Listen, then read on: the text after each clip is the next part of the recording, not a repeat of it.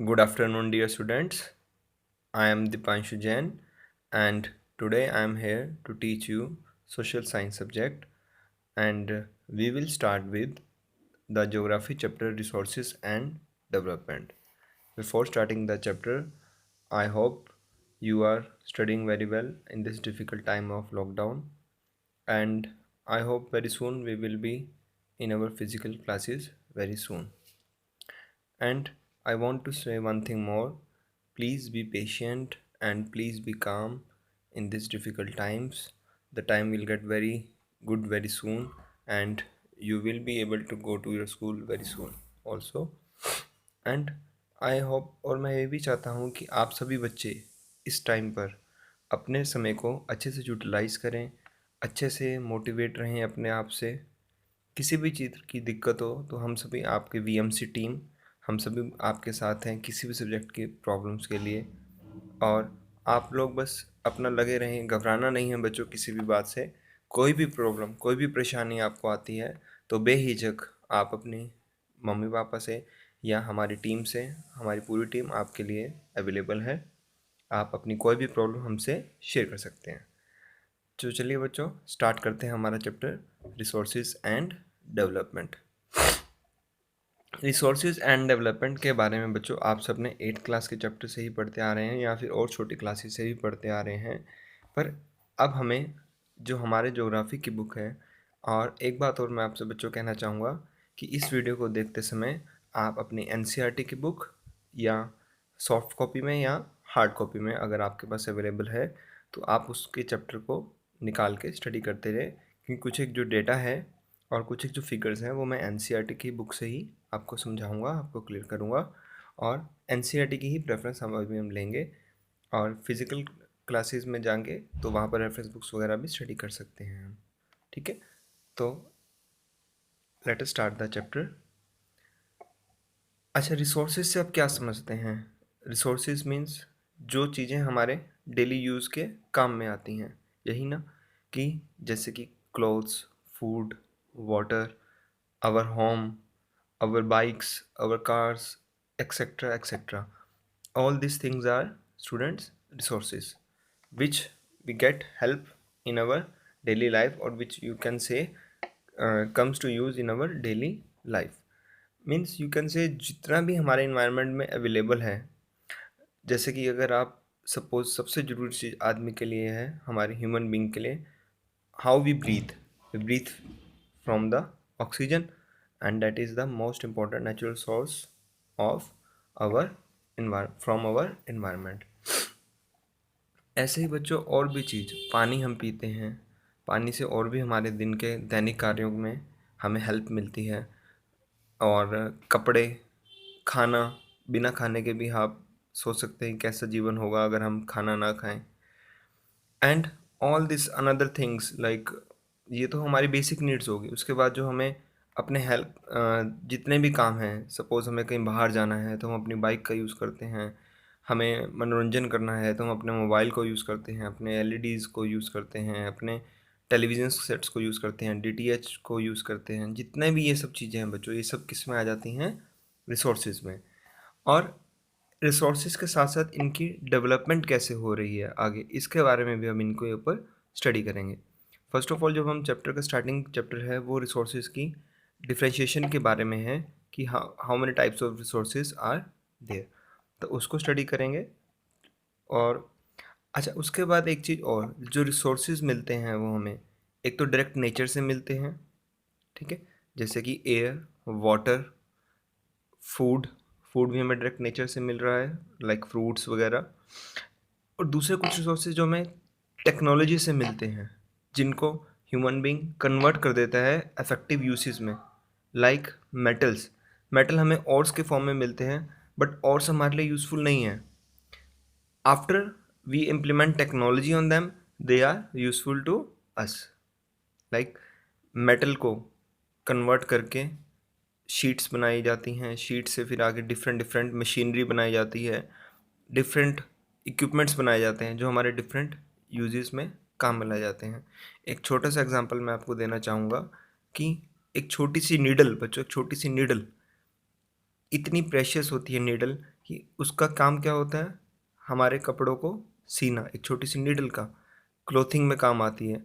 और अगर हमें नीडल ना मिले तो हम जितने भी ये स्टिचिंग वगैरह है वो काम हमारे नहीं हो पाएंगे। तो आप सोच सकते हैं बच्चों कि एक छोटी सी नीडल का कितना बड़ा यूज़ है। और वो छोटी सी नीडल कहाँ से है बच्चों, टेक्नोलॉजी इम्प्लीमेंट करके मेटल के ऊपर वो छोटी सी नीडल बनाई गई। तो इस एग्जांपल से आप समझ सकते हैं कि हम कैसे टेक्नोलॉजी का यूज़ करके मेटल्स को या किसी और चीज़ को यूज़फुल रिसोर्सेज में कन्वर्ट करते हैं। ये रिलेशन फिगर 1.1 में दिया हुआ है एनसीईआरटी की बुक में, interdependent relationships between nature, technology and institutions. Sorry. Resources की डेफिनेशन बच्चों एक बार मैं आपको रीड कर देता हूँ। Everything available in our environment which can be used to satisfy our needs provided it is technologically accessible, economically feasible and culturally acceptable can be termed as resource।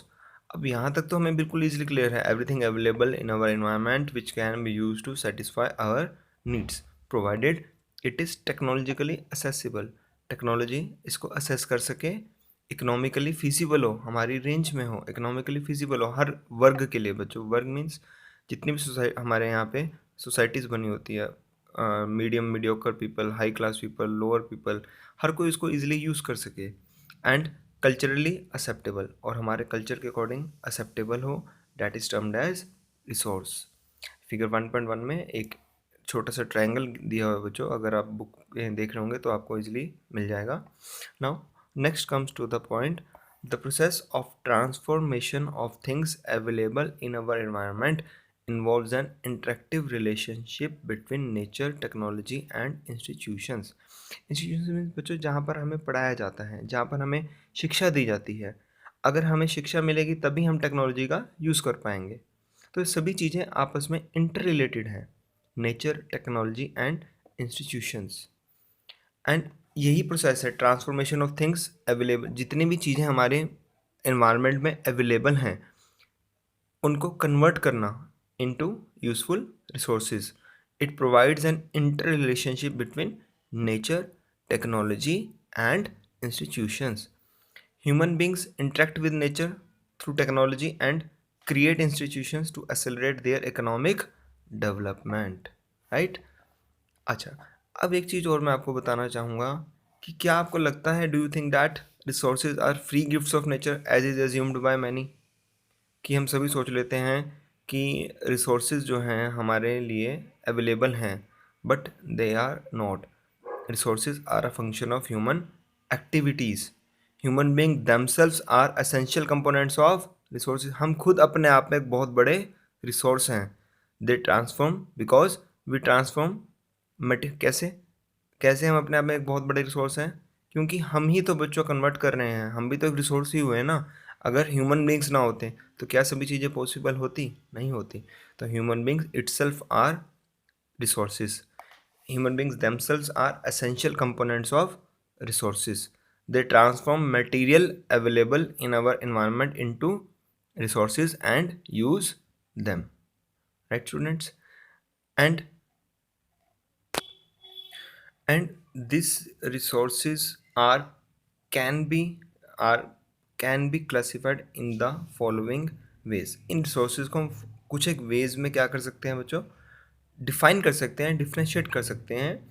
जैसे फर्स्ट है आपका on the basis of origin. Origin means उनकी उत्पत्ति कहाँ से हुई, उनकी उनका जन्म स्थान, या जन्म स्थान तो हम नहीं कह पाएंगे, जन्म स्थान नहीं कह, उत्पत्ति ही समझ सकते हैं आप। On the basis of their origin. There are two types, biotic and abiotic। I am just briefing them, I am just telling about the different types of resources, and further we will differentiate them in brief। Second, on the basis of exhaustibility। exhaustibility means कैसे ख़त्म होंगे। Renewable, और वो दो types के होते हैं as you already no. अगर मैं गलत नहीं हूँ तो आपको पता ही होगा, as I said as you already know, on the basis of exhaustibility, renewable and non-renewable resources, right? Third is on the basis of ownership। ये शायद आपके लिए नया हो। on the basis of ownership they are classified as individual, community, national and international. Interesting ना, but अभी आपको थोड़ी देर में पता चल जाएगा कि how they are classified on the basis of ownership, that is individual, community, national and international. And last is on the basis of status of development. Status of development means कि अभी वो हमारे लिए अवेलेबल हैं या future में available होंगे या अभी इन पे कोई रिसर्च चल रही है। तो उसमें 3 टाइप से क्लासिफाइड होते हैं: potential, developed, stock and reserves. Right students? तो 4 टाइप्स कौन कौन से हुई? Let me revise. On the basis of origin, biotic and abiotic. On the basis of exhaustibility, renewable and non-renewable. On the basis of ownership, individual, national, community and international. And last, on the basis of status of development, potential, developed stock and reserves. Right students? NCERT की book में figure 1.2 given है। Resources का एक brief map दिया हुआ है जिसमें आपको डिफरेंशियल टेबल में मिल जाएगा। Right students? Now let us define these types of resources in brief. So first is, I said, on the basis of origin. On the basis of origin there are 2 types: biotic and abiotic. Biotic resources are those resources which are obtained from biosphere and have life, such as human beings, flora, fauna, fisheries, livestock, etc. ये सभी चीज़ें जैसे जीव जंतु, आप बोल सकते हैं जीव जंतु हो गए, ह्यूमन बींग्स हो गए, फूल हो गए, पौधे हो गए, ये सब जिंदा हैं, लिविंग बींग्स हैं। All these are living beings. So all living being resources you can say are biotic resources. Abiotic resources are those things which are composed of non-living things and are called as abiotic resources. अच्छा सा example आप दे सकते हैं: rocks, metals, minerals, all these are non-living, so they come under the category abiotic resources. Clear students? Next, on the basis of exhaustibility. Exhaustibility means कब तक खत्म होंगे कि या फिर वो खत्म नहीं हो सकते, अनंत है। इसमें फर्स्ट आता है रिन्यूएबल रिसोर्सेज। देखो बच्चों, रिन्यूएबल रिसोर्सेज के बारे में हमें शुरू से समझाया जाता है the resources which can be used again and again, and non renewable resources which once used can not be used again. But थोड़ा सा हम इसको और मॉडिफाई करेंगे इस बार। Like definition as right in the NCERT book, the resources which can be renewed or reproduced by physical, chemical or mechanical process are known as renewable resources. For example, solar and wind energy, water, forest. अब जो forest है students, वो reproduce हो सकता है। ठीक है, ये नहीं है कि हम एक बार यूज़ कर लिया फॉरेस्ट को, वुड को, तो वो दोबारा यूज़ हो जाएगी। बट फॉरेस्ट को हम दोबारा, कोल जो होता है स्टूडेंट्स, कोल एक कैसा है, वो कोल आएगा नॉन रिन्यूएबल में। कोल को आप फॉरेस्ट से कंसीडर नहीं कर सकते क्योंकि कोल वैसे भी फॉसिल फ्यूल में है हमारा, और फॉसिल फ्यूल जितने भी होते हैं स्टूडेंट्स वो नॉन रिन्यूएबल होते हैं।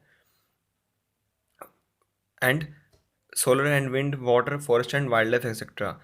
This renewable resource may further be divided into continuous और flow.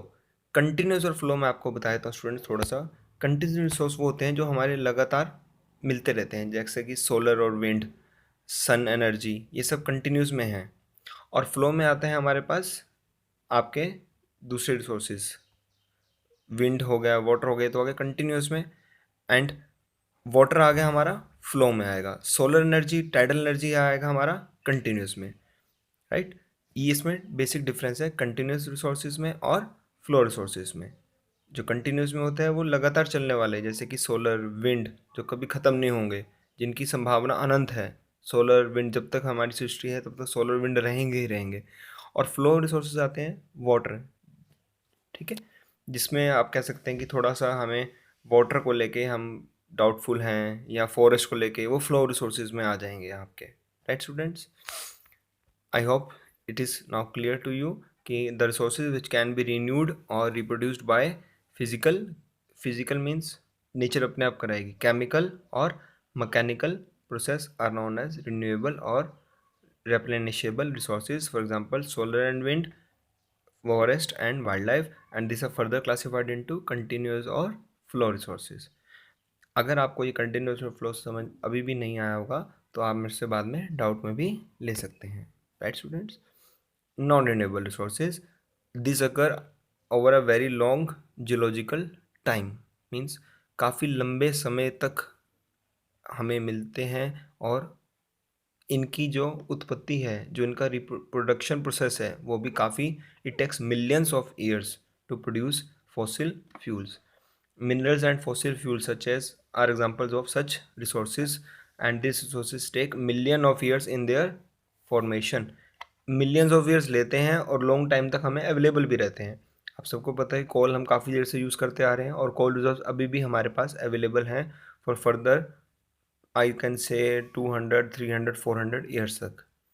And some of the resources, वो डिपेंड करता है एक्चुअल में, क्यों मैं कह रहा हूँ कि 200-300 साल तक, क्योंकि वो डिपेंड करेगा हमारी प्रोडक्ट कितना हम उसको यूज़ कर रहे हैं, हमारे यूसेज पे डिपेंड करेगा, हमारी खपत पे डिपेंड करेगा, कितना हम उसको एग्जॉस्ट कर रहे हैं। Now some of the resources like metals, अब इसमें भी एक बात देखने की है कि अगर आपने फॉसिल फ्यूल एक बार यूज़ कर लिया तो उसको आप रिप्रोड्यूस नहीं कर सकते। Once the fossil fuel is burned it is lost.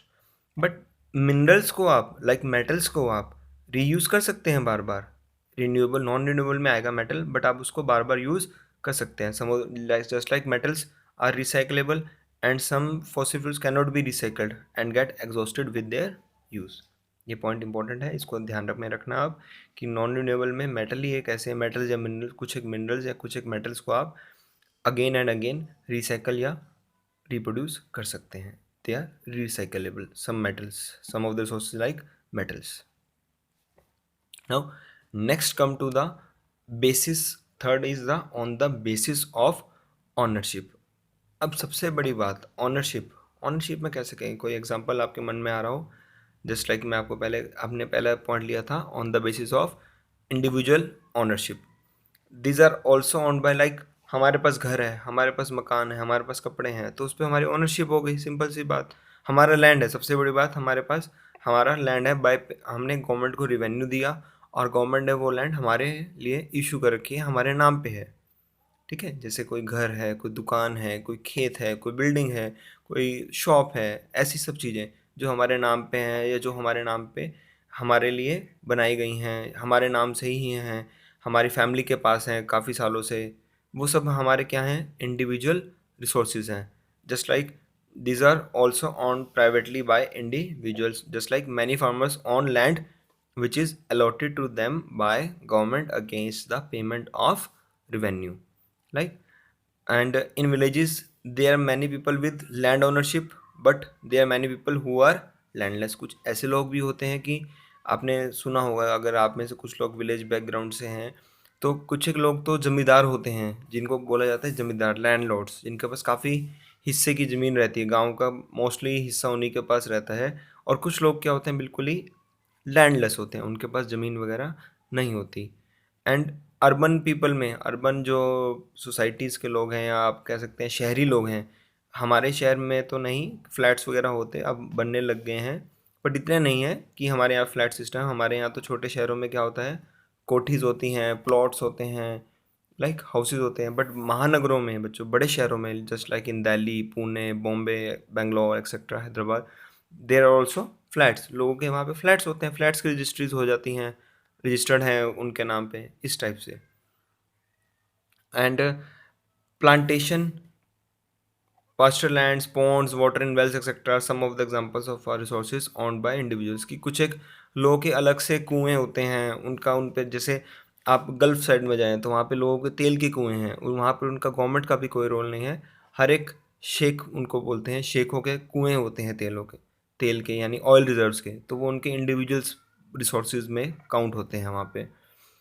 And make a list of, अच्छा वन थिंग जो मैं आपको अभी देना चाहूँगा होमवर्क में, make a list of resources on by your house hold, कि आपके घर में या आपके घर वालों के पास कितने इंडिविजुअल रिसोर्सेज हैं। आई कैन ईज़िली, कि जैसे मैं अगर अपनी बात करूँ तो हमारे पास घर है, दुकान है, गाड़ी है, ये सब चीज़ें हमारे इसमें आ जाएगी, प्लॉट्स हैं एक दो, तो उसमें आप भी ऐसा बना सकते हैं list, make a list of resources which is owned by your house hold. It is very simple. Now second इसमें आता है कम्युनिटी ऑन्ड रिसोर्सेज, जो एक पूरी कम्युनिटी के पास होते हैं। Just like these are the resources which are accessible to all the members of the community. Just like temple, सबसे अच्छा एग्जांपल है इसमें टेम्पल्स। हमारे टेम्पल्स हैं, मॉस्क्यूज हैं, गुरुद्वाराज हैं, चर्चेज हैं, वो कुछ कम्युनिटीज़ के अलग अलग, सारी कम्युनिटी वहाँ पर जा सकती है, कम्युनिटी के रिसोर्सेज हैं। लाइक अगर विलेजेस में बात करें तो ग्रेजिंग ग्राउंड्स होते हैं, बाकायदा ग्रेजिंग ग्राउंड्स मीन्स जहाँ पर हमारी बैलें, भैंसें, गायें, भेड़ बकरियाँ ये सब चरने जाती हैं। बरियल ग्राउंड्स मीन्स जहाँ पर शमशान घाट वगैरह कह सकते हैं आप, दफनाए जाते हैं, वहाँ पे सभी कम्युनिटी का हक है।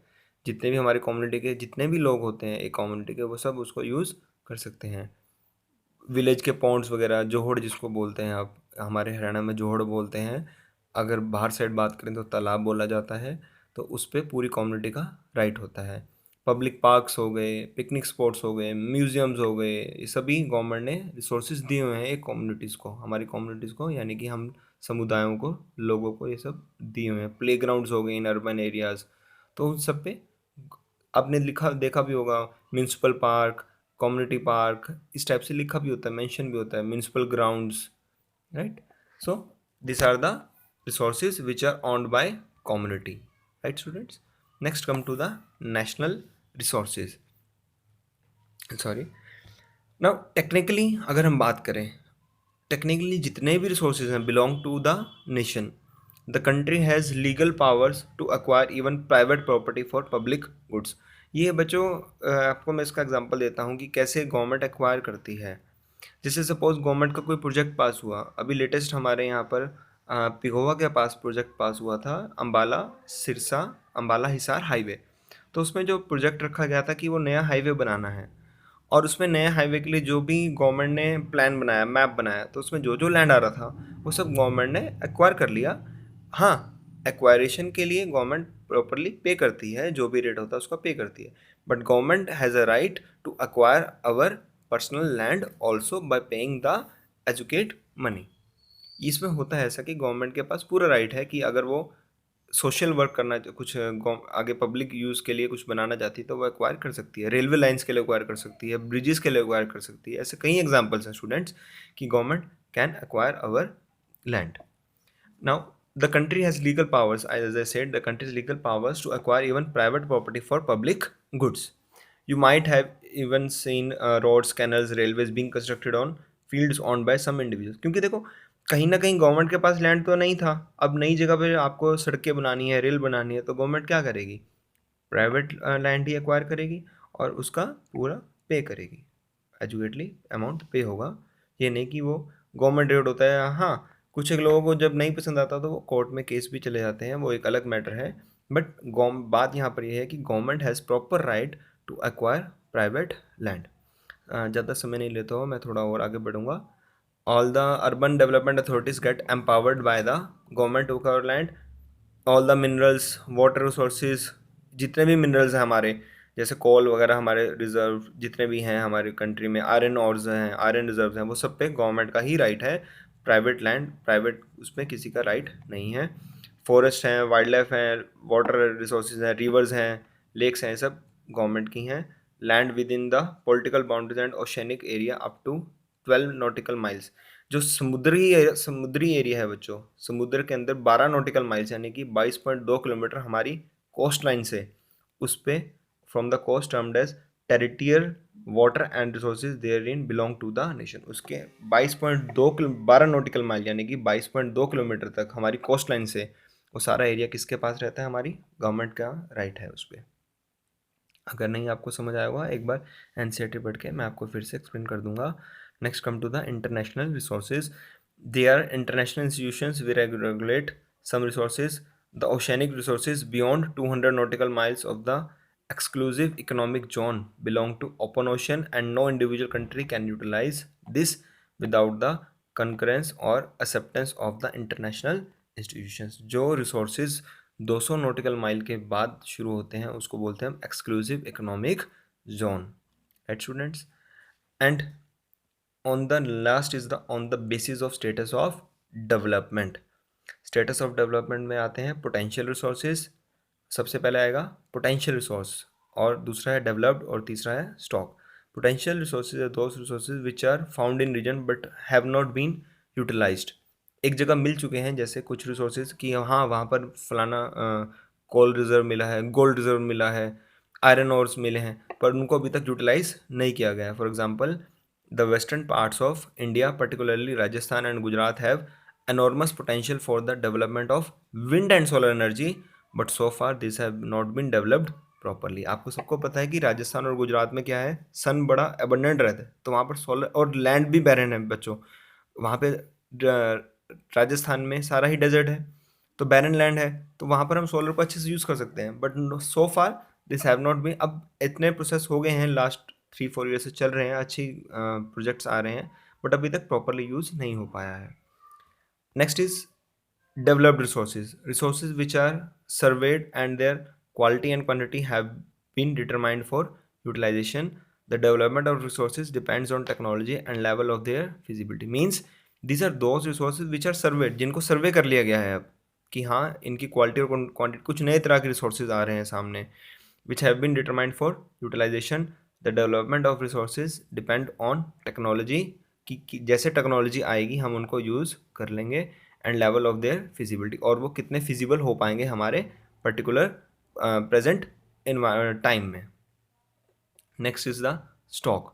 Stocks is the materials in the environment which have the potential to satisfy human needs, जिनके पास पोटेंशियल है ह्यूमन नीड्स को सेटिस्फाई करने का, but human being do not have the appropriate technology to assess this, कि वो feasible हैं satisfy करने के लिए ह्यूमन नीड्स को, बट हमारे पास अभी तक ऐसी टेक्नोलॉजी ही नहीं आई कि हम उनका अप्रोप्रिएट यूज़ कर सकें। For example water is a compound of two gases, you already know, hydrogen and oxygen, and hydrogen can be used as a